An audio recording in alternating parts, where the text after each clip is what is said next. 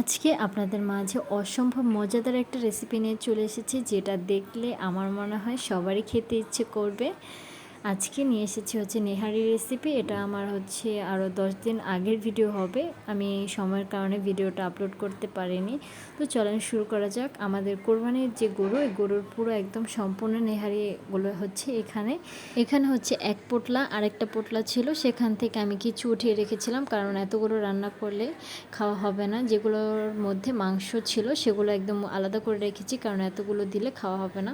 তো এখানে হচ্ছে আমি পরিমাণ মতো মশলা নিয়ে নিয়েছি, যা যা দরকার: স্টার রেঞ্জ, কালো গোলমরিচ, কালো এলাচ, কাবাব চিনি, গরম মশলা, এলাচি, তারপর হচ্ছে জয়ফল, জয়ত্রী, আরও হচ্ছে ছিল পোস্তদানা আর হচ্ছে কাজু বাদাম। এই পোস্তদানা আর কাজু বাদাম এই দুটো হচ্ছে আমি পরে ইউজ করবো। এগুলো আমি বেটে নিয়েছি। তারপর এর মধ্যে কাঁচামরিচ, আদা রসুন বাটা আর পেঁয়াজ কিউব করে কেটে এর মধ্যে দিয়ে দিলাম। তারপর দিয়ে দিলাম ধনিয়ার গুঁড়া, মরিচের পরিমাণটা একটু বেশি দিয়েছি মরিচের গুঁড়া, আর হলুদের গুঁড়ার পরিমাণটা একটু কম দিয়েছি। তারপর হচ্ছে পরিমাণ মতো লবণ দিয়ে দিলাম। আর তেলের পরিমাণ, যেটা সব থেকে বেশি ইম্পর্টেন্ট, সেটা হচ্ছে আমি একটু কম করে দিয়েছি, আর কয়েক কোয়া রসুন দিয়ে দিয়েছিলাম।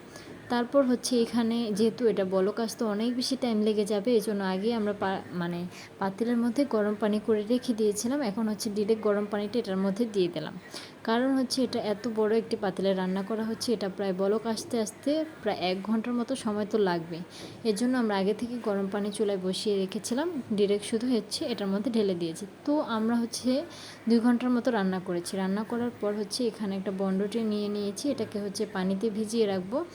ভিজিয়ে একদম সম্পূর্ণ নরম করে গুলিয়ে নেহারির মধ্যে এই রুটিটা দিয়ে দেবো। আর এটা দেওয়ার একমাত্র কারণ হচ্ছে ঝোলটা, নেহারির যে ঝোলটা থাকে সেটা অনেক বেশি ঘন করে ফেলবে এই রুটিটা। আমরা প্রায় প্রত্যেকবারই এই নেহারির মধ্যে এই রুটিটা ইউজ করি, আর এই রুটিটা ইউজ করলে কিন্তু খেতেও বেশ ভালো লাগে। নেহারির ঝোলটা প্রায় অনেক বেশি ঘন হয়ে যায়। তারপর হচ্ছে এর মধ্যে বাদাম বাটাটা ছিল আর হচ্ছে পোস্তদানা বাটা, সেটা এটার মধ্যে দিয়ে দিলাম।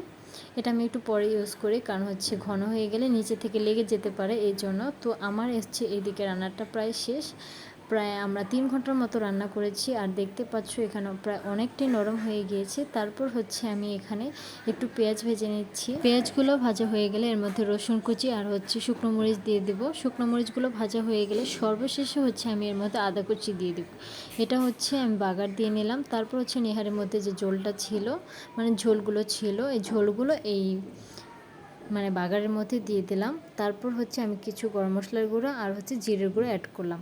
আর এইটা শুধুমাত্র ঝোলটা দেওয়ার কারণ হচ্ছে এত বড় বড় নেহারির পিসগুলো আমি বাগারের সময় ঢালতে পারতাম না, এই জন্য শুধু ঝোলটা নিয়ে নিয়েছি। আর দেখতেই পাচ্ছ তোমরা ঠিক কতটা নরম হয়ে গিয়েছে। আর ভিতরে যে মশলাগুলো ছিল সে সবগুলো কিন্তু একদম পারফেক্টলি ছিল, একটাও বের হয়ে যায়নি, একদম সুন্দর মতো ভিতরে ছিল। আর নেহারিটার টেস্ট এত বেশি ভালো লেগেছে, আমরা সবাই হচ্ছে তন্দুর রুটি দিয়ে আমরা এই নেহারিটা খেয়েছিলাম। প্রতি বছরই এই কোরবানির সময় আমরা হচ্ছে তন্দুর রুটি দিয়ে নেহারিটা খেয়ে থাকি, আমার কাছে খুবই ভালো লাগে। তো আজকের ভিডিওটা আপনাদের কাছে কেমন লেগেছে অবশ্যই কমেন্টে জানাবেন। আল্লাহ হাফেজ, ভালো থাকবেন সবাই।